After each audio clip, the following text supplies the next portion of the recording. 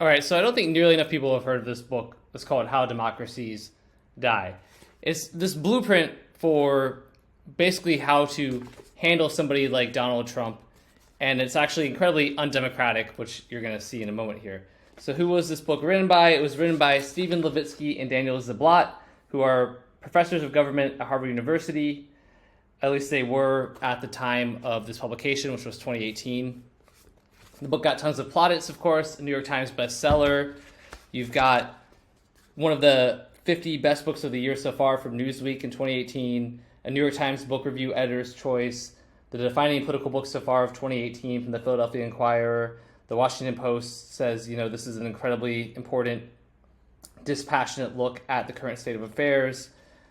Just goes on and on. Vox, Ezra Klein from Vox, Fareed Zakaria, USA Today, the Wall Street Journal, Sunday Times, basically the entire establishment saying like, oh, this is just, such an important and great book. So what happens in this book? A couple of things.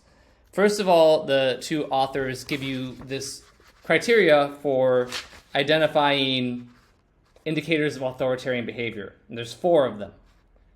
Number 1 is rejection of or weak commitment to democratic rules of the game. Do they reject the Constitution or express a willingness to violate it? Do they suggest a need for undemocratic measures such as canceling elections, violating or suspending the Constitution, banning certain organizations, or restricting basic civil or political rights?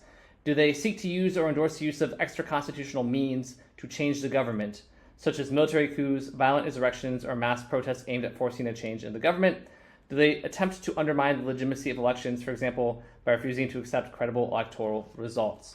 And by the way, before I go to number 2, 3, and 4, numbers 2, 3, and 4, just to be very, very clear that this is about Trump, right? The very first thing on the back of the book, right? Donald Trump's presidency has raised a question that many of us never thought we'd be asking. Is our democracy in danger? Harvard professors Stephen Levitsky and Daniel Ziblatt have spent more than 20 years studying the breakdown of democracies in Europe and Latin America, and they believe the answer is yes. Okay, so just want to make very clear what they're talking about here. Number 2, denial of legitimacy of political opponents. Do they describe their rivals as subversive or opposed to the existing constitutional order? Do they claim that their rivals constitute an existential threat either to national security or to the prevailing way of life? Do they baselessly describe their partisan rivals as criminals, whose supposed violation of the law or potential to do so disqualifies them from full participation in the political arena? Do they baselessly suggest that their rivals are foreign agents and that they are secretly working in alliance with or the employ of a foreign government, usually an enemy one? So number 1 was rejection of democratic rules of the game. Number 2, denial of the legitimacy of political opponents. Number 3, toleration or encouragement of violence. Do they have any ties to armed gangs, paramilitary forces, militias, guerrillas, other organizations that engage in illicit violence? And then it says, have they tacitly endorsed violence by their supporters by refusing to unambiguously condemn it and punish it?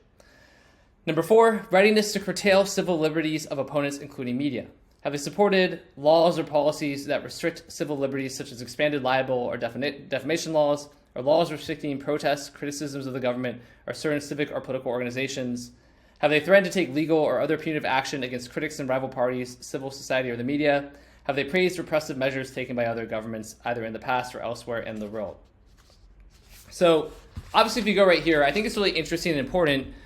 You hear this often, but people on the opposing side of a view will often publish the blueprint of what they plan to do, what they're thinking, what they believe, but they'll do it with some kind of crazy cognitive dissonance where they don't seem to realize that they're describing what they're actually doing themselves. Obviously, if you go to undermining the legitimacy of elections, a charge that's been thrown at Trump a bunch of times, we'll get into all the different election interference type of stuff in a minute. But denial of the legitimacy of political opponents, do they basically suggest that their rivals are foreign agents?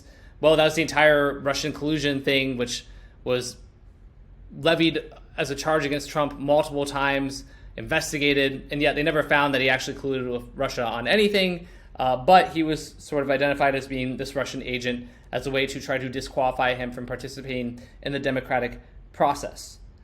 The same thing for number 2 of, do they basically describe their partisan rivals as criminals? Well, yeah, Trump literally just got convicted as a criminal. He's now a convicted criminal, and people can say, oh, it wasn't baseless, but it was, because he did something that should have been a misdemeanor, if that. no one even really understands what the actual charges of what he was found guilty of really were. The judge even said he doesn't need, there's 4 different things that you could kind of find him guilty of. They kept referring to this election interference, and yet they couldn't actually point to what the election interference was. So I would argue it's pretty baseless. Toleration or encouragement of violence, for example, tacitly endorse violence by their supporters by refusing to unambiguously condemn it and punish it. Well, all of the riots in the summer of 2020, the BML riots, things of that nature, right, that those were just, but also stay inside, social distance, mask mandate, but go have violent riots on the street, that's okay, because it's going to help us to make Trump look bad and make him look like the country's out of control and that we need a return to normalcy and we should elect Joe Biden. And a readiness to curtail civil liberties of opponents, including the media. I think we saw that throughout COVID, obviously, with the censoring and deplatforming and canceling of people. We're still seeing it now where conservative news and media won't get shown very often, and anywhere from like Apple News to Google search results, things of that nature. But I want to go a little bit deeper into this book because there's more to talk about for sure, right? The authors say the responsibility for filtering out authoritarians lies not with the people, that's my brackets, not the people, but rather with political parties and party leaders, democracy's gatekeepers. And this idea of democracy's gatekeepers is actually very important throughout the whole book. It's kind of their main big idea. They go on to talk about a concept called distancing. Let's say pro-democratic parties may engage in distancing in several ways. First, they can keep would-be authoritarians off party ballots at election time. This requires that they resist the temptation to nominate those extremists for higher office even when they can potentially deliver votes. And again, they're talking about Donald Trump explicitly in this book, which has been plotted by the entire mainstream media, or plotted by, and plotted works too, but the entire mainstream media, the intelligentsia, whatever you want to call it, right? And they talk about systematically isolating those types of candidates. They say, finally, whenever extremists emerge as serious electoral contenders, mainstream parties must forge a united front to defeat them. They then go on to make all these comparisons between Trump and Hitler and side of Nazi Germany in the 1930s, which is very interesting. I remember writing an email during COVID, which I'll share later in this video, where I kind of talked about comparisons to Nazi Germany inside the early 1930s, and I had some people who were, of the Jewish faith, who I'm friends with, go, I'm so offended, you can't talk about it. The Holocaust was different. This isn't, comparable. But just so we're aware, it's fine if it's about Trump, right? Apparently. Then it gets even much more extraordinary. So chapter 2 is called Gatekeeping in America. So going back to the idea of a gatekeeper. And a couple of really interesting things. First of all, they really seem to kind of condone assassination of political opponents. And again, these are 2 Harvard School of Government professors and, representing many people of the intelligentsia. So they talk about Louisiana Governor and Senator Huey Long, right, and say how Roosevelt viewed Long as a serious threat, but was spared when Long was assassinated in September 1935. Now, I don't know much about Huey Long, to be honest with you. I've studied a good amount of history. I don't know a ton. Maybe he was kind of a demagogue, maybe he was dangerous, I don't know. But let's just make it clear that they're pretty happy he was assassinated. Then they talk about Governor Wallace in Alabama, right? When Wallace's campaign was derailed by an assassination attempt in May 1972, he was leading George McGovern by more than 1 million votes in the primaries. And so the argument there being we got lucky, right, with that assassination attempt. Again, if we judge people by what they're actually saying and telling us, that's pretty concerning. And by the way, regardless of Wallace, and if he was a segregationist, a racist, whatever, right? They're thank God, fortunately, assassination attempt derailed his campaign.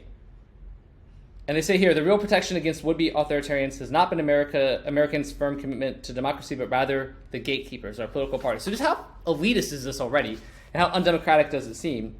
But it keeps going. They then argue that really the best way to do this is through backroom politics and deal-making that subverts the actual popular democratic process in America. But backroom candidate selection had a virtue that is often forgotten today. It served a gatekeeping function, keeping demonstrably unfit figures off the ballot and out of office. And then they actually go on to say,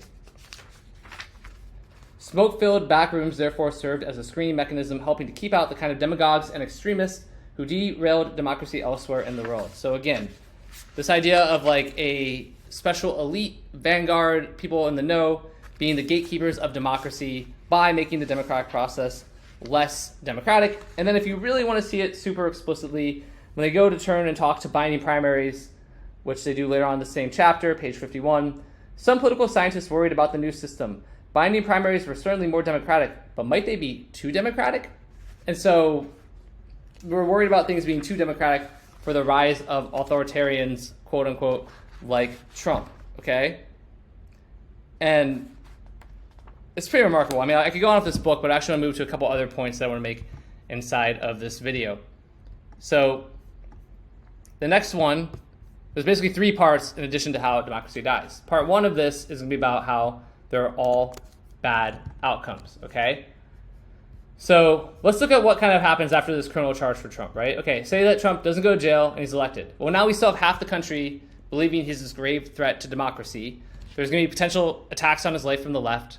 The deep state will be in hyperdrive to try to get him out of office or, back in jail or whatever. The media will go into insanity mode, stoking division and trying to make anything that happens into a crisis, just like we saw with the, George Floyd and other kind of racially motivated things. And in fact, I put here stoking racial tensions, encouraging violent protests and riots.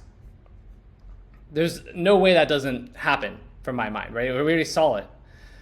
Republicans will also begin to weaponize the judicial system against political opponents, which means more division and conflict, more tax dollars spent on investigations and committees, endless lawfare for the next several years at least, maybe decades, and the country continuing to be more divided than ever. And on that half the country thing, I mean, it's basically the same thing we saw during COVID, right? Where you had half the country that was in favor of putting the unvaccinated dying, telling on your neighbors for having gatherings, for forcing mandates on people, including small children, for those children not being allowed in school, for having the unvaccinated be in camps or, have to essentially be identified, for vaccine passports, for limiting their travel and restricting their movement, all these sorts of things. And there's receipts for all of that. These aren't just conspiracy things, right?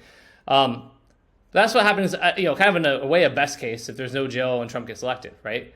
Now, if there's no jail and Trump loses, well, what happens here? A lot of people already had a hard time accepting the results of the 2020 election. There's the Hunter Biden laptop suppression story where a ton of different members of the intelligence agency went to Twitter and I believe it was the New Yorker or the New York Post, wherever it was, a bunch of different places and basically said, hey, this is a fake story. This is propaganda from Russia. Don't publish this. It's not real, right? And then, of course, it turns out it was real, but that undoubtedly swayed the election in Biden's favor. Had that come out, there's a good argument to be made that Trump would have won from that alone. There's also, going back to the Russian collusion thing in 2016, that was sort of reported on repeatedly as being like a fact by CNN and MSNBC, places like that, if we go back to How Democracy Dies and the argument of foreign agents, I had to check, stuck to the back of this book, but it's not related to this. It's for commissions for merchant processing. Anyway, and I would argue COVID-19 as well, right? I mean, if you go back, I don't know how many of you remember the death tickers that were on CNN and MSNBC, right? Sort of like by the second death count of how many people had died. And do you remember when Biden came into office, how quickly those disappeared? Right? COVID-19 was used as a way, it may have been a real virus and pandemic. It certainly wasn't as dangerous as it was made out to be. But it was used as a way to continuously attack Trump and make it look like the country was spinning out chaos, that he was incompetent, all these sorts of things. And even if you go to the vaccine, which I'm certainly not a COVID vaccine supporter at large, especially for many of the healthy, not at risk groups of people who never needed it. But when Trump was talking about the vaccine, they were all going on about how, well, there's quotes, it's amazing. I think Fauci even has one of look, let's not rush it. You need to do a lot of research. This is sort of not something we can just roll out overnight. Biden comes into office.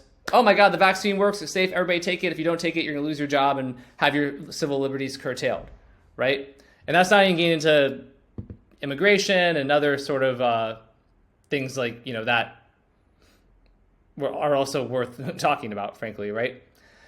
And so, given all of that, if Trump loses in 2024, I don't think there's any chance that people don't go on a warpath. And I think you can expect to see acts of violence targeted towards the state and elected officials. And there's nothing but dangerous outcomes here. I think the kind of leftist deep state labels right-wing politics and politicians, leaders, commentators, podcasts, etc. as extremists, domestic terrorists. There's more deplatforming, censorship, and potentially jail time for both the small percentage who might deserve it under the law, meaning that maybe they actually did take violent actions, but also for numerous individuals whose only crime is being part of the opposition.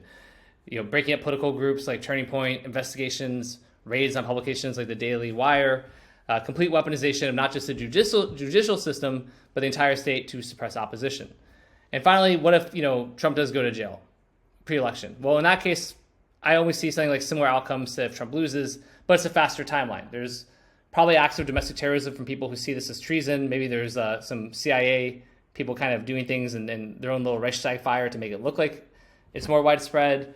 It leads to the curbing of liberties, targeting of individuals and groups who are identified as potential domestic terrorists. And I think that's where the highest probability of a civil war breaking out happens. And now I know as soon as I say civil war, people go, chill, man.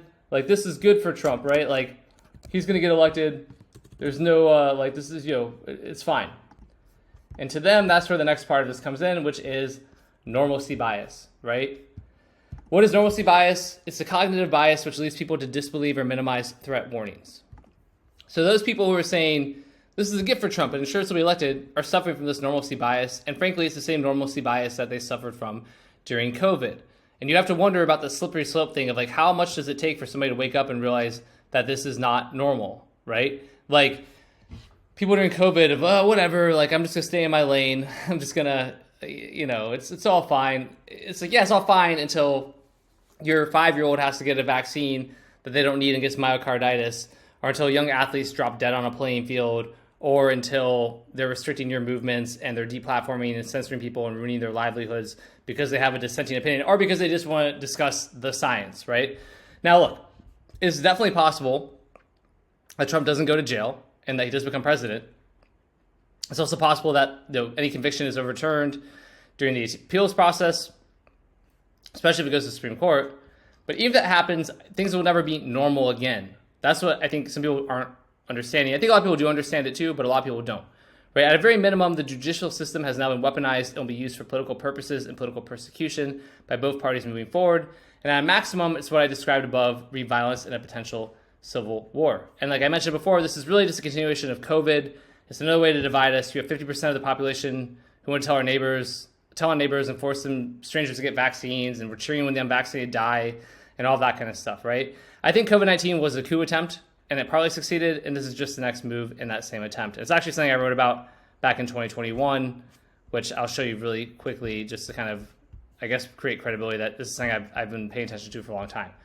So this was September 19th, 2021, and it was a controversial email. I did kind of put in context of comparing it to, Germany and the Nazis seizing power, which when I did it, again, some people were really triggered and upset and outraged that I would make a comparison. Obviously, when it gets made by 2 Harvard government professors, then it's totally fine, right? But essentially, what if COVID is our generation's, Reichstag fire, right? That's been co-opted for political purposes, including the consolidation of power and suspension of civil liberties and dissent.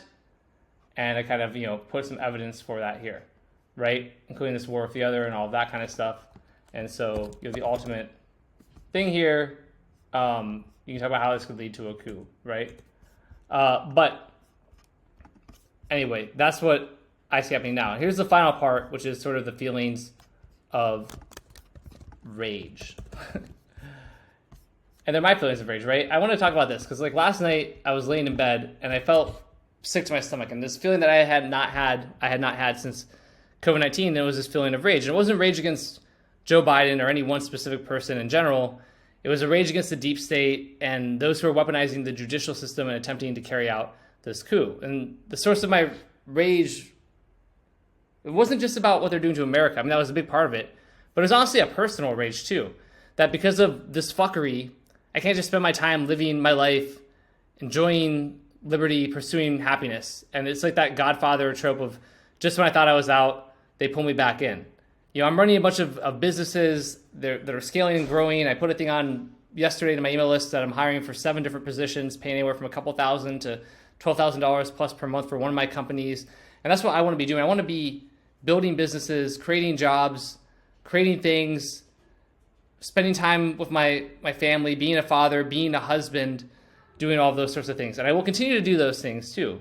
But now I've also got to fight, which for me means utilizing my skills as one of the world's best marketers, making viral videos, videos like this one, which probably won't get watched that much, to be honest with you, but it's still, I feel like I need to speak and I want to speak. Writing about this stuff, trying to wake people up again. It's just like I did it during COVID. I made viral videos for airline pilots to help them fight mandates. I worked with anti-mandate people running for office to help them get elected or raise money. There's no choice, but I'm pissed about it because I wish they would just leave us alone, right? Maybe you feel that way too. But they keep pushing and prodding us towards the edge of a cliff, and I'm pissed that once again I have to experience these things, these feelings, these sleepless nights. I'm worried about the toll that this will take on my marriage because during COVID, frankly, it was hard not to feel like there was a black cloud hanging over me a lot of the time. And I know this will probably ruin more friendships and relationships, just like during COVID. I lost a lot of friends during COVID, people it hasn't recovered, folks who were like, just get the mandate, family, all these things. And I'm just mad about it. But there's no option, like we have to fight, right? And so I have this rage, but there's no other choice. I don't see a choice besides fighting and speaking out and seeing where it goes from there, to be completely honest with you, right? Because like I said, there's a slippery slope argument, but a slippery slope is just a slippery slope until you fall off the edge of a cliff. So those are my thoughts I wanted to share. And if you agree, give me a comment, retweet this, whatever. If it's on X, I might put it on YouTube. I'll probably just get deplatformed if I do. But, that's it.